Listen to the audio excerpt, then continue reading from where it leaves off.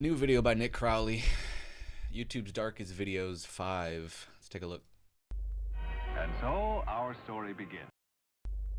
And so our story begins. Before it's over, we hope you will never forget it. 1987. It starts with a chance encounter.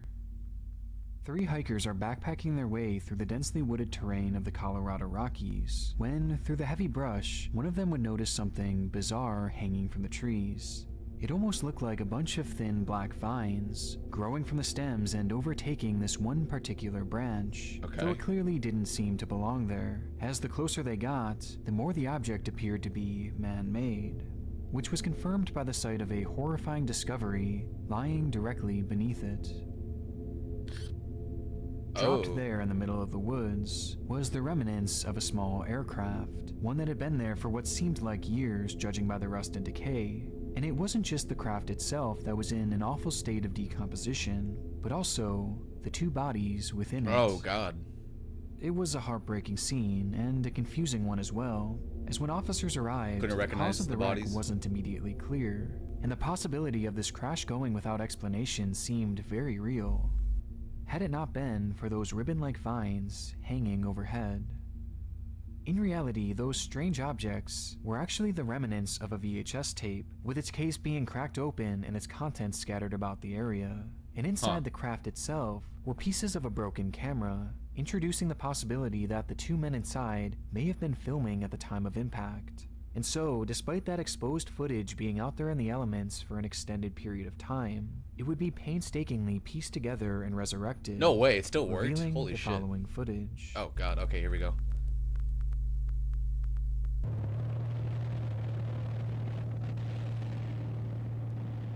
This happened in the 80s? On board the airplane had been 36-year-old pilot James Cadell, who had been taking his friend Ronald Wilmond for a flight from Granby to Jeffco, two regional airports in central Colorado near the foothills of the Rocky Mountains, which explains the breathtaking scenery that's so apparent throughout the footage. Throughout the 6-minute recording, we hear brief moments of monologue from James as Ronald sits behind him soaking in the view. Oh, look at that down there, Ronnie. Look at that down there, Ronnie. Until this moment. The moment that, by many accounts from aviation experts, forever sealed the fate of the plane and its two occupants. All around them were tall mountains, which, despite looking beautiful, were soon going to become obstacles for the pilot, as due to something known as density altitude, the small aircraft would not have been able to climb to a higher altitude with enough time to avoid them. Though strangely, hard to get up. nothing is mentioned by James about this unfolding reality, leading some to theorize that he was distracted by the view, and maybe even looking downward at the pristine lake, while the mountain crept closer and closer. Oh no. It's painful once you realize the predicament they're in, as the closer they get to those mountains, the less chance they have at maneuvering around them. And by the time they do realize, it's already much too late.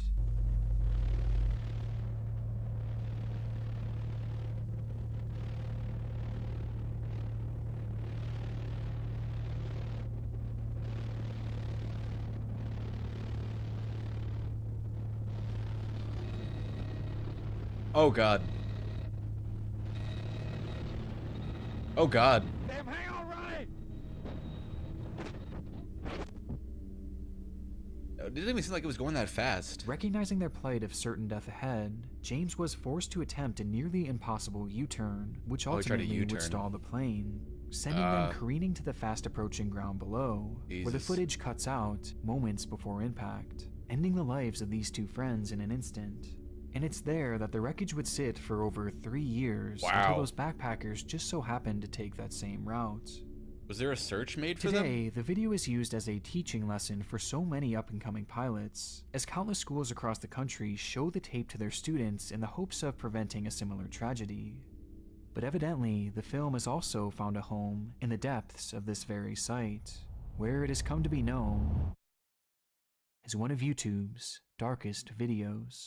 5. Well, once again, he has come face to face with the adverse effects of density altitude.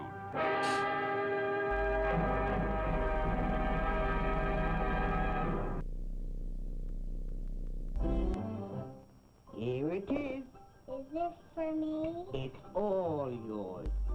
Now, who is left? It was only the 22nd of December in the year 1990, but that didn't stop Vaughn Taylor from kicking off the holiday early, as he sat by the tree pulling out gift after gift and opening them in front of an old VHS camera. Behind that camera was Edward Deli, a longtime companion of Vaughn who seemed adamant on filming his friend's reaction to the presents. You got a light flashing on the front of that. I don't know. Find out. How am I supposed to find out? What's gonna happen? What the fuck? These Christmas presents. Come on, pass that. Oh, wow. What is it? Baseball card. Baseball card? Ooh. Okay. Okay. The video is a bit awkward, as the two momentarily bicker about the camera recording, and Vaughn hardly seems to acknowledge or show any sort of gratitude in response to the gifts he's receiving. But it's seemingly nothing too out of the ordinary, and is probably reminiscent of so many other home videos out there, of friends and family members timidly opening up their presents. Except for one overshadowing detail, with that being who these men actually are. Oh god, oh no, oh god, wait. Before Is this like video not was their house or taken, something? both Vaughn and Edward had served time in prison. Oh god. Edward for arson and Taylor for aggravated burglary. And upon their release, it was hoped that the two were now reformed and would be able to live more lawful lives, which could not have been further from the truth. Oh god, did they like kill a family Almost or something? immediately upon being released, Vaughn would call one of his friends to tell them that both he and Edward had plans to go into the mountains and, quote-unquote, shoot some people. What the and from fuck? there, they set off into the wilderness of Oakley, Utah. On their expedition, the two stumbled across various cabins where they would break in and either camp out for a while or just completely ransack the place, as in most cases, the owners of these cabins were long gone for the winter due to the inclement weather of the area. Though this wasn't true for everyone, as during the same time, the Tita family, consisting of Father Rolf, his wife Kay, and their two children, Lene and Trish, along with their 76-year-old grandmother, Beth Potts, had been staying in their cabin to celebrate Christmas together. And so, on the morning of the 22nd, the family would go into nearby Salt Lake City to finish off the last of their Christmas shopping, leaving the cabin unattended at the exact same time that Vaughn and Edward happened to be strolling through the area. Upon breaking in, the two quickly recognized that whoever was living there had only just momentarily stepped away and would be returning at the very latest by Christmas, as evidenced by the gifts sitting under the tree, and finding their first real opportunity to carry out their intended goal of murder. The two hunkered down and waited for the family to arrive back home. While hiding out, it's unknown what exactly the two had done to pass the time, except for a brief few minutes in which Edward would pick up the family's VHS camera and record Vaughn as he tore into the family's gifts. The added context makes this video all the more disturbing, as Vaughn was opening gifts belonging to the family that they were waiting to kill. And it's made all the more chilling when you notice that Vaughn is carrying a gun, along with the moment that he says Lene Tita's name as he reads it on the gift wrapping. And worst of all is that the gravity of the situation they were currently in clearly had no impact on these two men. Yeah, they're just casually hanging out. Yeah, what the fuck? And unsurprisingly, things only get darker from here. Oh boy. As after a few hours, Beth, Kay, and Lene would pull into the driveway. Upon entering the house, the pair of men would immediately point their guns at the family and start making demands, to which Lene responded by praying to God that her and her family be spared, which was of no use, as Edward turned to her and claimed that her prayers wouldn't work, as he only worshipped the devil. And moments later, the two would grab her mother and grandmother and end their lives for no apparent reason. Jesus Christ, man. This left only 20-year-old Lene, who tried desperately to convince the men to leave, knowing in the back of her mind that her father Rolf and sister Trish would be arriving soon. But it was to no avail, as her pleading was interrupted by the sound of another snowmobile pulling into the driveway. Upon exiting their vehicle, both Trish and Rolf would be held at gunpoint, with Rolf being told to strip his clothes and give up all his money. Again, pleas were made to just take anything and leave them alone, but the two men remained unfazed. They wanted to cause pain and anguish to anyone and everyone, and nothing was going to stop them. And so, Vaughn pointed his gun at Rolf and pulled the trigger, striking the man in the face before delivering one final blow to the back of his head, leaving just the two daughters. Oh no. Having thoroughly decimated what just an hour before was a happy, healthy family, Vaughn and Edward would cover Rolf and the cabin in gasoline and set them on fire, before hijacking the snowmobiles with the two remaining daughters and driving away down the hill to a nearby road. However, they weren't alone. On their way out, the kidnappers and their victims would notice a man waving to them in the distance, with the individual being Randy Zorn, their uncle, who recognized the two girls and attempted to flag them down. However, knowing that had they acknowledged their relationship, it would almost certainly get the man killed, he lived? They chose to ignore him and told the kidnappers that they had no idea who he was. Sensing something was off, Randy would follow the group down the mountain, where the men were now loading into the family's car. Hey, let's go, Randy. He waved to them once more, this time yelling at the group to stop and even running after them. But again, the girls pretended not to know them, sacrificing a chance of being saved shoot him or in order to protect their uncle. That's pretty noble of them. Confused by this bizarre encounter and apparent urgency from the girls, Randy began to fear that something bad had happened at the family cabin, which was only confirmed when he heard another snowmobile tearing down the mountain. On it was a barely clothed Rolf. No way! Who, despite being shot in the head twice, set on fire, and his eyes being almost completely swollen shut, holy was fuck, somehow dude. Alive. Holy and managed shit, to get dude. on a What snowmobile to find help. What a fucking beast, dude. What the hell? Shot in the head twice, beaten, set on fire, and he still gets up and chases after the guys. That's insane. Holy shit. And it was there that he told Randy, "I've been shot, my wife has been killed, and my daughters have been kidnapped." Something that most likely saved the lives of those two girls. Wow. As the police were contacted and were able to quickly track down the vehicle, where the kidnappers would accidentally run it right off the road, flipping it over multiple times before crashing into a ravine. Fucking idiots. Quite shockingly, no one would be badly injured in the wreck, and following a brief shootout, Vaughn and Edward gave in and were swiftly arrested, Fucking pieces bringing of this shit, whole dude. nightmare to an end. What a couple of losers. Holy When the dust shit. eventually settled, Edward would end up receiving life in prison, while Vaughn, the man shown here opening the family's Is this back when the death penalty was still... I'm guessing he gets the death penalty. was sentenced to death, Yeah, fuck with him. both men Fucking loser. reportedly being visibly shocked at the sight of Rolf when he showed up to court to testify against them. Is that an actual photo of him? He looks... Whoa, he looks pretty good. If that is him. Rolf would later go on to make a full recovery, Wow. which definitely ends the story off on an That's empowering insane, note. dude. Though the carnage left behind by these two men in the moments following this video make it undoubtedly one of the darkest on the site. Yeah, it is pretty dark. Holy shit. Was that the guy filming? Before we get into our next case, I want to first thank BetterHelp for sponsoring this video and for believing in this content. I'm a huge believer in therapy now more than ever, just due to the content that I cover and also due to the general pressure of making a career on this site. So for me, therapy isn't just a want, but in many cases it's a need. But the problem is finding a therapist is extremely hard, and that's why I love what BetterHelp is doing, as they're making these important services more accessible and easier to get into. BetterHelp is an online platform, it's remote, and by filling out a few questions, you'll get matched with a professional therapist who you can then communicate with by video, phone, or even text message. This is something that I really prefer, as being able to talk to a therapist right here at home makes it so much easier to open up as opposed to going to some new unknown environment. And also for me, these at-home therapy appointments actually helped me get back into therapy, as getting started was super easy and low pressure. And notably, if you're not really connecting with a therapist you've been matched with, which is a common thing in the world of therapy, BetterHelp makes it very easy for you to switch at literally no cost without having to worry about insurance, who's in your network, or anything like that. So if this sounds like something that may be beneficial to you, which honestly, who among us couldn't benefit from some therapy, you can get 10% off your first month by going to betterhelp.com/Nick Crowley, which I've also linked down below in the description. Alright, back to the video.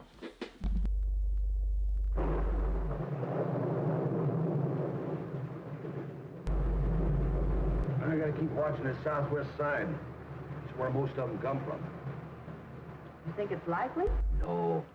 The odds are way against it, even in weather like this. But there's always a chance. The day was already off to a terrifying start, as hail began to fall from the sky and the sun became completely concealed by the dark clouds forming overhead. This was nothing out of the ordinary for the area though, as Joplin, Missouri is and has been notorious for its consistent threat of massive tornadoes. And so, despite the fear of an impending tornado looming in the area, many just continued about their normal lives, including a select few who even showed up for school, like Will Norton. The then 16-year-old had been attending Joplin High School, which he was headed for that very day to attend an early morning tennis practice, only to be met by those extreme conditions, with Will later going on to describe the harrowing events of that day in a YouTube video titled, I Nearly Died. I Nearly Died. The weather? So I get ready really fast and I rush to school, out the door, and then I'm leaving for school and there is just tons of rain. And the wind is so crazy. You just see water. It's like horizontal rain and all the cars are like veering. I was having trouble keeping my car on the road. I drive a Hummer. This should not be happening. Drives a Hummer, holy shit. I made it safely home and I think Guy's a I'm baller. just gonna go take a nap for the rest of my life because I didn't die. Oh my gosh, Okay, seems pretty normal. The video was posted to his YouTube channel called Wildebeest 88883333, where he had found genuine success in the early days of YouTube, becoming a pioneer on what was then a brand new space, long before YouTubers were ever actually a thing. But throughout his entire channel, this upload was by far the most chilling, not just due to the brush with death he experienced that day, but because of the events that would unfold just 2 years following its release. The date was May 2nd, 2011, but for students of Joplin High School, 2 years they simply later? referred to it as Graduation Day, the day in which Will and his classmates would walk the stage into the next chapter of their lives. It was an event that Will and his family watched excitedly from the crowd, before the moment was interrupted by the ringing of a tornado siren. Oh. These sirens lasted only around 30 seconds, leaving many unfazed as they were practically a daily routine in the area, given just how common severe weather was. And with no further alerts coming through their phones, aside from a standard warning letting them know that conditions were ripe for a tornado, things continued on as normal from there. With the rain now starting to fall, Will's sister Sarah, along with their mother and grandmother, chose to hop in the car and head home in order to get a head start on preparation for the night's graduation party, leaving Will and his father around 20 minutes behind, with Will driving the two home in his beloved Hummer, which he had mentioned often across his channel. And with that, the family was split up into two cars, one that at this point was almost home, and another that was just beginning their route. Which is when things began to get more worrisome. Suddenly, the rain fell even harder, and the winds began blowing horizontally, to the point that trees were starting to bend over and eventually break due to the strain. Holy shit, okay, yeah. Recognizing the worsening conditions, Mark would call Sarah, who had just arrived at home, to ask her to open the garage for them so they can pull right in and avoid having to get out in this worsening weather. Seems a little A dangerous. request that couldn't be completed, as right after their phone call, the power would suddenly shut off, rendering the door impossible to open. And so, Sarah called back with the update to let the two know that they would likely have to park outside and make a run for it through the front door. Though by this point, the sound of wind was nearly deafening over the phone. Would it be a good idea to stay in the car? Probably not, right? Like, I guess it depends on what kind of car you have, but yeah, shit, glass breaking and shit, that's Despite repeatedly dangerous. asking, "Dad, where are you?" all she could hear was wind, until the sound was broken by her father yelling, "Will, pull over. There's the tornado. Pull over." From the KSN Storm Center, this is a severe weather alert. Good evening. We've got some information on this storm. Let's go ahead and go to the Freeman First Alert Doppler radar. Trained weather spotters in Galena are reporting now sightings of funnel clouds going off in Joplin. Those are definitely power flashes that we are seeing on the ground. Have a tornado on the ground? This is a tornado. Yeah, this is a very dangerous situation. We cannot stress this enough. If you I can't see. Where's the tornado? Take cover. Recorded in 140p. It is certainly going off. Caitlin, I'm just looking out the door right now. Please do not go outside.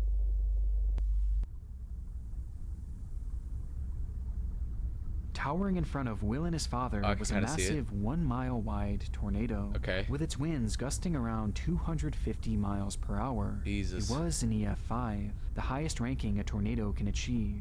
And now, Will and Mark were directly in its path. Suddenly, all Sarah could hear over the phone was the sound of crashing and destruction. Before the call would be dropped. In that very moment, the tornado would come in direct contact with the Hummer, causing it to flip in the air multiple times. Holy and despite shit. Mark desperately holding on to his son, Will would slip through his father's arms and be sucked out of the car's sunroof. Jesus, wait, they had the sunroof open? Somehow, Mark would manage Oh, Jesus to Christ. survive the direct Thank you for hit the of the tornado, subscription. but so many others were not as lucky, as the Yeah, that disaster scared would me, leave man. a staggering 158 people Jesus. dead, including Will, who, despite being missing for days, would be found at the bottom of a nearby pond days later. The story alone is incredibly grim, but it's made all the more disturbing by the video posted 2 years before, which now features so many chilling moments of foreshadowing. Okay, now I get, now I get why this video wasn't. Before I was like, why is he talking about this video that was filmed 2 years before this incident? But yeah, that's I'd pull over into the big puddles, and I was like, ah. foreshadowing. Keep in mind, I drive a Hummer, so really I shouldn't have any reason to be scared. Anyway, I made it safely home, and I think I'm just gonna go take a nap for the rest of my life. I'm done. I am done. I'm never driving in weather again, ever. Bye, guys. But although this certainly classifies as one of the darker videos on the site, the Norton family has turned this tragedy into something positive and celebrates his life as opposed to focusing on his tragic passing, with Sarah herself even bravely coming forward and releasing a video outlining her entire story of that day. He's in a good place. It's just hard on us who are left here dealing with all of it, but Oh, that's sad. it's okay. He's just in the best place ever. So yeah. That's a cool room. But something to be happy about. He wouldn't want us to be sad. The time is getting closer and closer. The seconds are ticking. Excitement is building. This editing, man, he just like shows like normal clips, but he makes them look fucking creepy as hell. He's like the film grain. Yeah. Oh god. It was set to be the party of the year, a celebration to say goodbye to 2008 and hello to a brand new promising year. It was New Year's Eve, the day where everyone is looking for a fun party to attend. And in Bangkok, Thailand, the Santika Club was the place to be. The event was dubbed Goodbye Santika, hitting on the theme of leaving the past behind and starting fresh in this new year. And in preparation, promotional commercials would be shot and aired all throughout the region, building up even more hype for the much anticipated event. Wow, this is okay. That was some intense shit. Goodbye, Santika. It promised to be their best show yet, with live music from numerous well-known artists and, of course, lots and lots of alcohol. Hell and yeah. sure enough, as New Year's Eve rolled around, this hype would translate into a large crowd swarming the doors to be part of this special occasion. And as the clock ticked closer and closer to midnight, the crowd only continued to grow, with it being estimated that as many as 1,000 people were in attendance. At this point, very few videos exist from this night, though in the time since, 3 key clips have come forward that piece together the Is this events another which natural transpired disaster? once the crowd had gathered. At 11:44 p.m., with the big day only minutes away, this video was taken up close to the stage, showing not only the high energy of the night, but also the massive people crammed into this venue. Oh no. Oh, is it like a trampling incident? It truly was the place to be, the kind of party that so many would have loved to be part of. But this wasn't even the main event. Midnight was fast approaching and the owner of the club had promised a spectacle that the city would never forget. Oh god. And so an idea was hatched. Oh god. To give patrons sparklers which would be lit and used during the countdown. Oh, this is is this gonna be kind of similar to the last, or I don't know if it was the last, one of the older YouTube videos where there was like a fire that started in a club?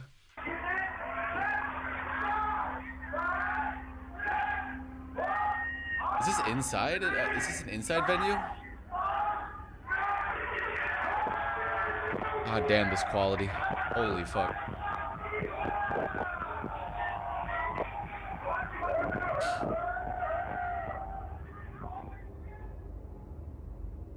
The camera shuts off after first showing a happy couple celebrating together, and then panning to the stage where the performers were hyping up the crowd even more and launching pyrotechnics of their own into the air, adding to the explosive atmosphere within the club.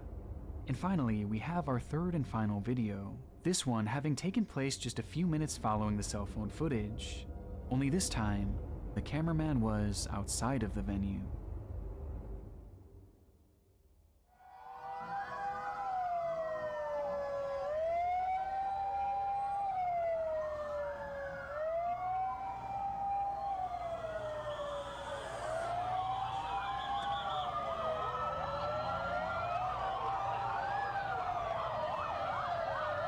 Holy fuck, dude.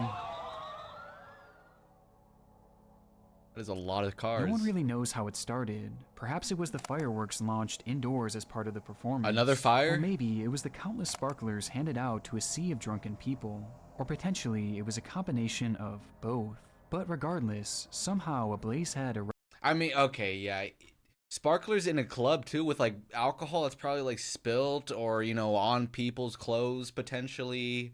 People drinking out in cups, you know, it just takes like one spark, right, to, you know, fall right into a cup or into like a little puddle of alcohol, and then boom, you got yourself a fucking quickly fire. Spreading to the club ceiling, where the crowd would actually cheer it on, mistakenly believing that it was part of the event. Oh my as at God. that same exact time, a band just so happened to be performing by the name of Okay.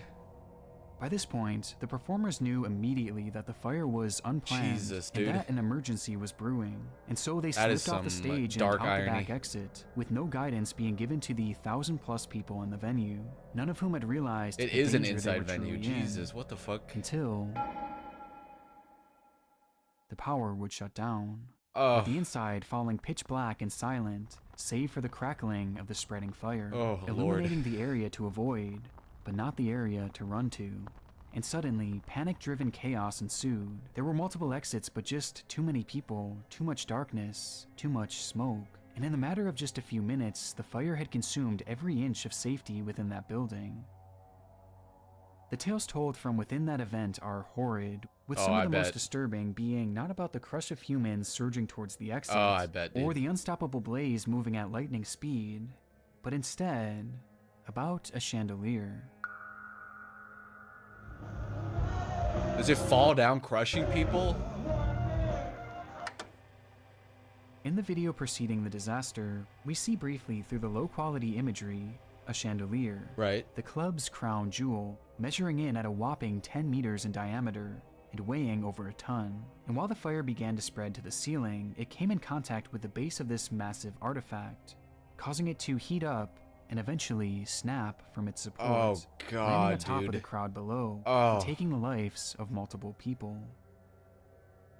When the smoke eventually cleared on the catastrophe Holy and shit. the carnage was fully revealed, it would be announced that 67 people had lost their lives Jesus, that day, dude. with countless others being burned and permanently disfigured, leading to the club owner being jailed for 3 years. Despite the true cause still being debated to this day, the video from directly I mean, is that his? Is it the club owner's fault?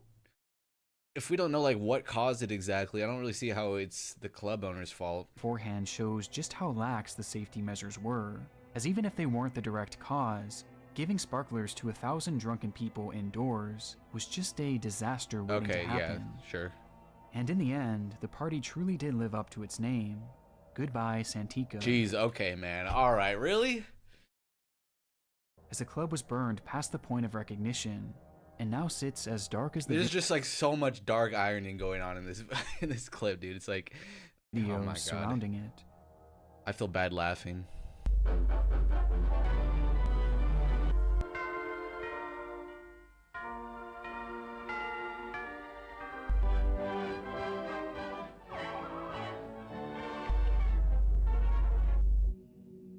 Our final video is probably one of the most unusual cases that I've come across in quite some time, with that being the story of Akmal Sheikh.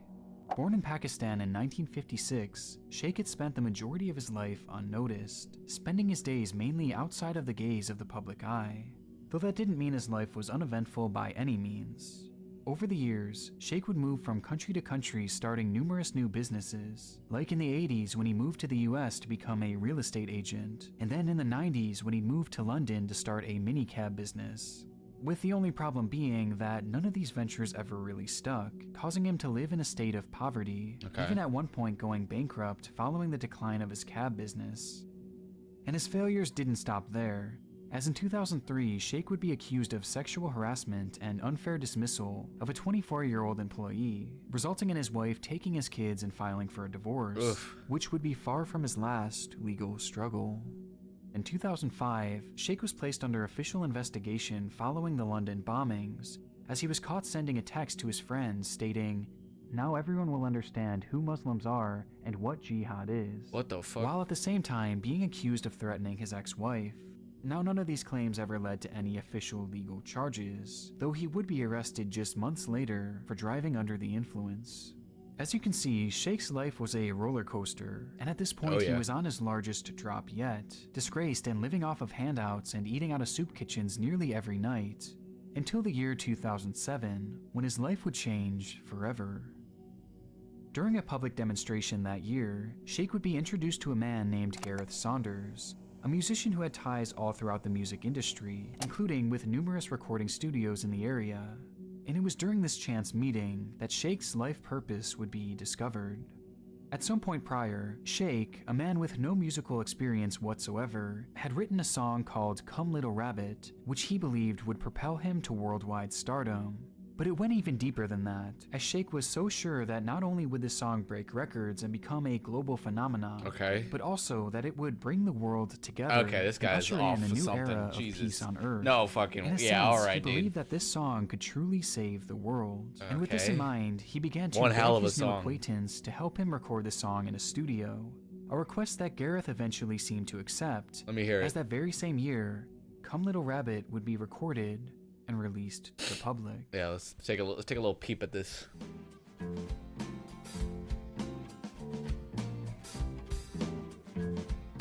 Come little rabbit, come to me. Come little rabbit, let it be. Come little rabbit, come and pray. La ilaha illallah. La ilaha illallah. Illallah, illallah.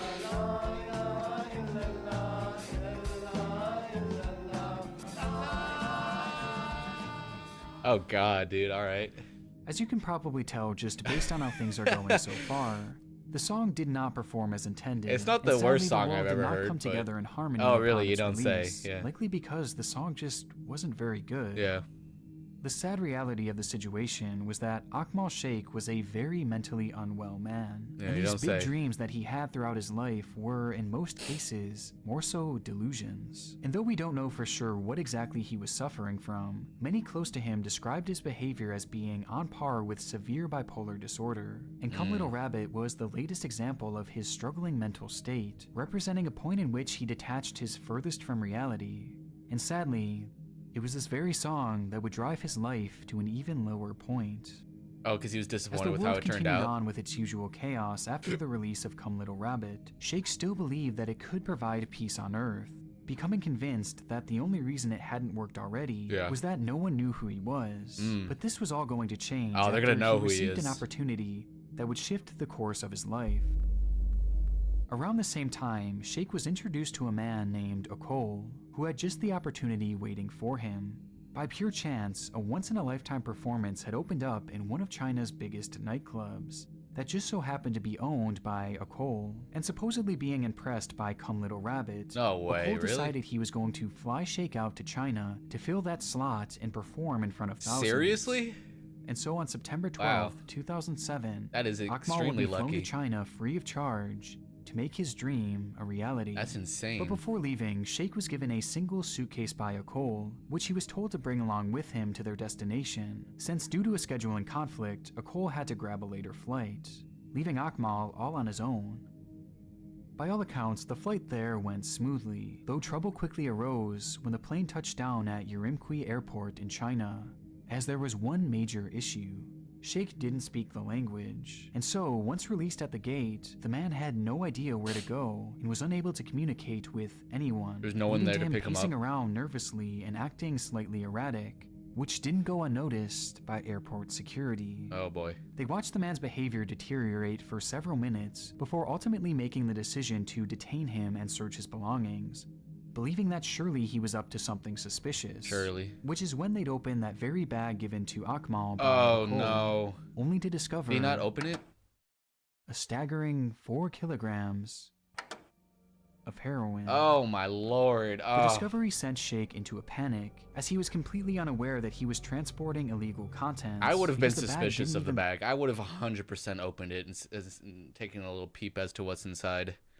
That's a little weird. Stating adamantly that it belonged to his friend Akol, who was flying in on the next flight and would be there soon to help clear things up. And so... Clear things up? Yeah, what is he gonna say? What is he gonna say?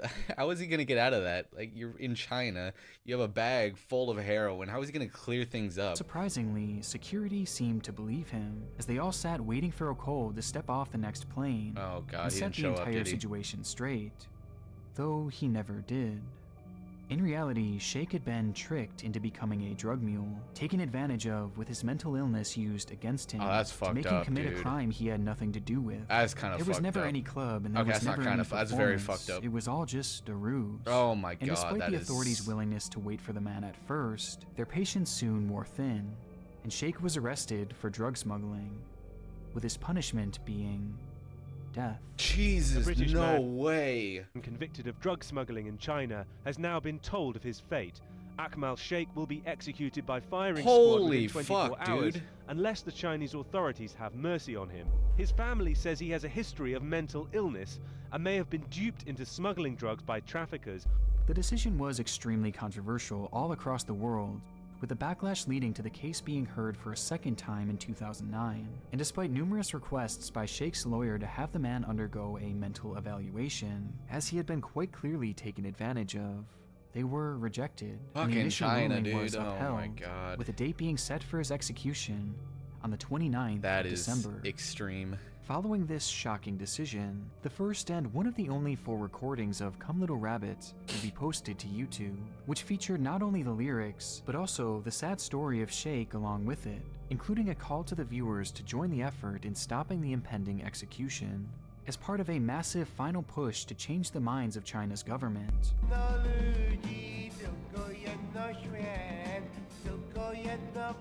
I feel bad for this guy now, man. This is fucked.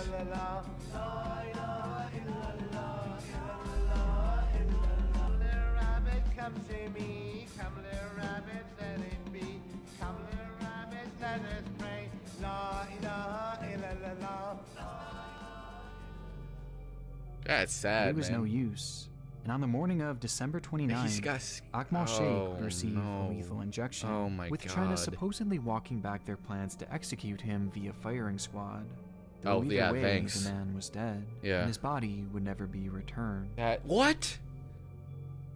Today, the video of Akmal's song and the pleas to save his life remain as a forgotten relic here on YouTube, encapsulating the story of a man whose desire to bring the world together in song was cruelly taken advantage of. And though it was peace that he was so desperately seeking, the song would only lead to his ultimate demise. Okay.